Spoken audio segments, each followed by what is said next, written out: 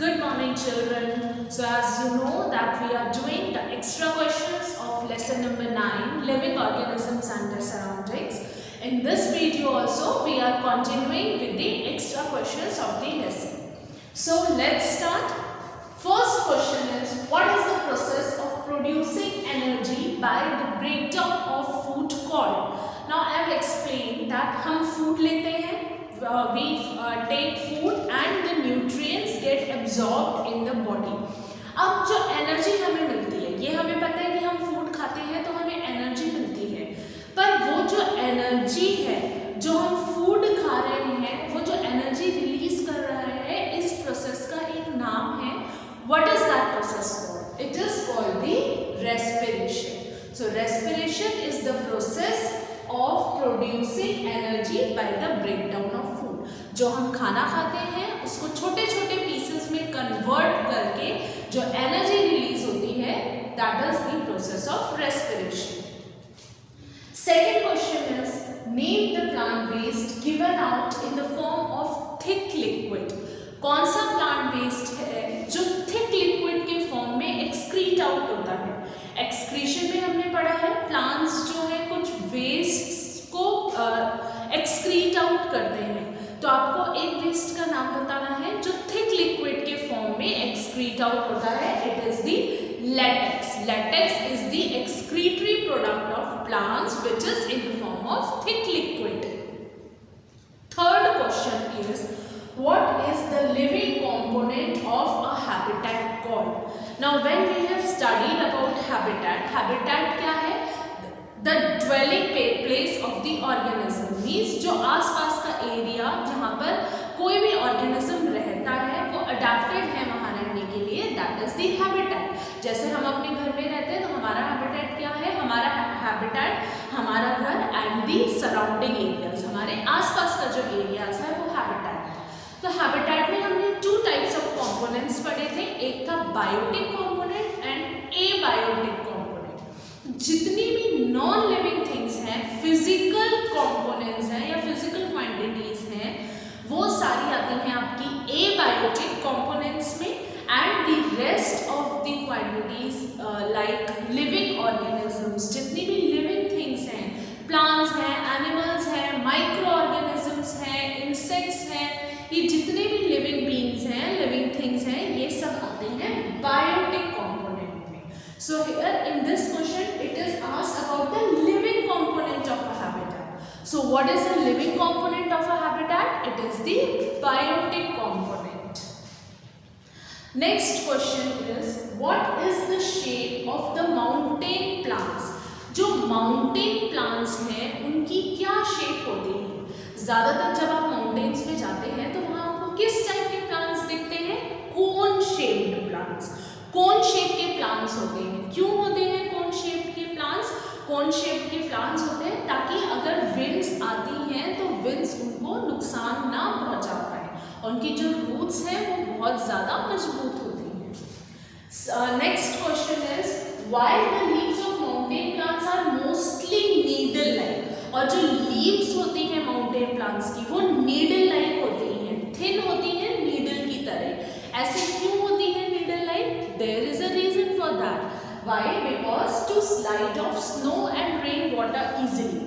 Mountains में snow पड़ती है कहीं कहीं और बारिश बहुत ज़्यादा होती है, तो स्नो और रेन वाटर लीव से जल्दी से नीचे की तरफ गिर जाए. मीन्स प्लांट्स पे जो रेन वाटर और स्नो आ रहा है वो स्लाइड ऑफ हो जाए. Because of this reason the leaves of the mountain plants are needle like shape, needle की तरह. Next question, name the characteristic of living organisms responsible for maintaining the continuity of life. Continuity of life क्या है? Life चलते रहना, continue रहना. तो हमने कुछ कैरेक्टरिस्टिक्स पढ़ी थी लिविंग बीइंग्स की. क्या पढ़ी थी हमने? रिप्रोडक्शन पढ़ा था हमने, और रेस्पिरेशन ब्रीदिंग पढ़ा था, मूवमेंट एंड लोकोमोशन पढ़ा था, रेस्पॉन्स टू स्टिमुलाई पढ़ा था, एक्सक्रीशन पढ़ा था. ये सारी जो कैरेक्टरिस्टिक्स थी लिविंग थिंग्स की कैरेक्टरिस्टिक थी. उनमें से आपको एक कैरेक्टरिस्टिक बतानी है जो लिविंग बीइंग्स की लाइफ की कॉन्टिन्यूटी के लिए ज़रूरी है. And that is the reproduction. Reproduction क्या है? Reproduction is the production of new individuals from their parents.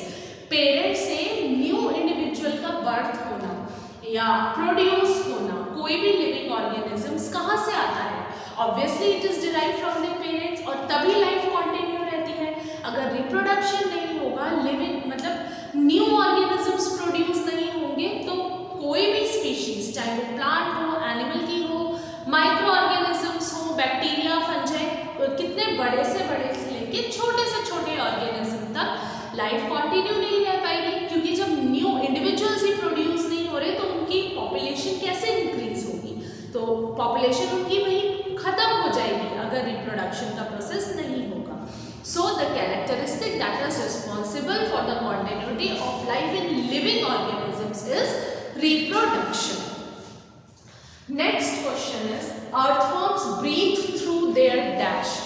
Breathing हमने ऑर्गन्स पढ़े, सबके अलग अलग हैं। फिशेस कहाँ से ब्रीथ करती हैं? गिल्स से ब्रीथ करती हैं। ह्यूमन बींग्स लंग्स से ब्रीथ करते हैं, और फ्रॉग जो है वो अपनी मॉइस्ट स्किन और लंग्स दोनों से ब्रीथ करते हैं। Here it is asked about the earthworm. Earthworm कहाँ से ब्रीथ करते हैं? Earthworm breathe through the pores present in their skin. तो कहाँ से ब्रीथ कर रहे हैं? वो स्किन से। जो उनकी स्किन है उसके ऊपर छोटे छोटे पोर्स प्रेजेंट होते हैं। पोर्स क्या होते हैं? होल्स, छेद, छोटे छोटे होल्स होते हैं उनकी बॉडी में, and through these pores earthworms breathe. Next question is write 3 main adaptive features in desert plants. Desert plants के 3 मेन अडैप्टिव फीचर्स आपको बताने हैं। कौन से होते हैं डेजर्ट प्लांट्स के 3 main adaptive features? First is well developed root system. उनकी जो रूट सिस्टम होती है बहुत ज़्यादा डेवलप्ड होती है, बहुत लॉन्ग होती है। क्यों होती है? क्योंकि in desert areas there is scarcity of water. पानी की कमी है, तो जो वहाँ पानी का लेवल है डेजर्ट एरियाज में बहुत ज़्यादा नीचे है, अर्थ के बहुत ज़्यादा नीचे है, तो प्लांट्स की जो रूट्स है वो बहुत ज़्यादा लंबी होती है ताकि वो पानी तक पहुँच सके। अगर वाटर तक नहीं पहुँचेगी तो रूट्स कैसे वाटर को एब्सॉर्ब करेंगी? तो इसलिए डेजर्ट प्लांट्स के जो रूट सिस्टम है वो वेल डेवलप्ड होते हैं। Second, leaves are either small और रिड्यूस्ड टू स्पाइन्स। लीव्स या तो बहुत ज़्यादा छोटी होती है या स्पाइन्स में रिड्यूस्ड होती है। ये हमने पहले भी पढ़ा है, कैक्टस प्लांट होता है ना, डेजर्ट में ग्रो करता है, तो जो उसकी लीव्स है क्या वो नॉर्मल लीव्स की तरह होती है? नहीं, स्पाइन्स मीन्स कांटे जैसी लीव्स होती हैं। क्यों होती है? To reduce the loss of water. Water का जो लॉस है, लीव्स के थ्रू वाटर लॉस होता है ना by the process of transpiration, तो वो वाटर का लॉस मिनिमाइज हो सके, इसलिए जो लीव्स होती है प्लांट्स की they are reduced to spines. Third feature is green and fleshy stem in some plants. कुछ प्लांट्स की जो स्टेम है वो बहुत ज़्यादा ग्रीन और फ्लेशी मीन्स बहुत मोटी स्टेम होती है। कैक्टस प्लांट की आपने देखा स्टेम बहुत ज़्यादा मोटी होती है, फ्लेशी होती है। क्यों होती है? Because again it is related to the water. वहाँ पानी की कमी होती है तो वो उस स्टेम में वाटर स्टोर करके रखते हैं प्लांट्स, ताकि जब उनको वाटर की नेसेसिटी हो, जब वाटर की ज़रूरत हो तो वो उसको यूटिलाइज कर सके। स्टेम्स में वाटर स्टोर होने की वजह से जो डेजर्ट प्लांट के स्टेम्स हैं they are quite fleshy and thick. Next question is what is the ultimate source of energy for every ecosystem? Ecosystem या जो अलग-अलग habitats हमने पढ़े हैं, सबका ultimate source of energy क्या है? Ultimate source of energy means finally सबका जो main source है, energy कहाँ से लेते हैं सब? Sun. Sun is the ultimate source of energy. कैसे sun ultimate source of energy है? We have studied about photosynthesis. Plants जो हैं वो photosynthesis या food prepare करते हैं with the help of sunlight. बिना sunlight के डे टाइम में जब sunlight होती है तब photosynthesis होता है, रात के टाइम में photosynthesis नहीं होता। क्यों? Because sunlight is not available. तो जब sunlight नहीं होती है तो plants food prepare नहीं करते हैं। तो sun ultimate source of energy है, means plants भी sun की energy utilize करके अपना food बनाते हैं, and all the other organisms are dependent directly or indirectly on plants। और और बाकी के जो ऑर्गेनिजम्स हैं वो डायरेक्टली और इनडायरेक्टली कैसे न कैसे प्लांट्स पे डिपेंडेंट है अपने सर्वाइवल के लिए, है ना। तो अल्टीमेट सोर्स ऑफ एनर्जी क्या हो गया? सन।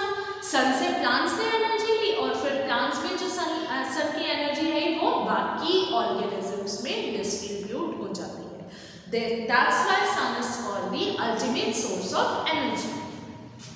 Moving to the last question, which plants have leaves without stomata?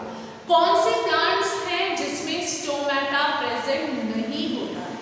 So the answer is hydrophytes or underwater plants. Hydrophytes means hydro word जहाँ भी आया that means it is related to the water. Hydro water से related है. तो hydrophytes means aquatic plants और underground underwater plants. Underwater plants means जो पानी के अंदर प्लांट्स होते हैं उनमें जो स्टोमेटा होता है वो प्रेजेंट नहीं होता। क्यों? क्योंकि स्टोमेटा की क्या फंक्शन है? वो गैशियस एक्सचेंज करते हैं। उन जो अंडरवाटर प्लांट्स हैं उसमें गैशियस एक्सचेंज करने के लिए एयर पोर्स होते हैं, स्टोमेटा नहीं होते हैं।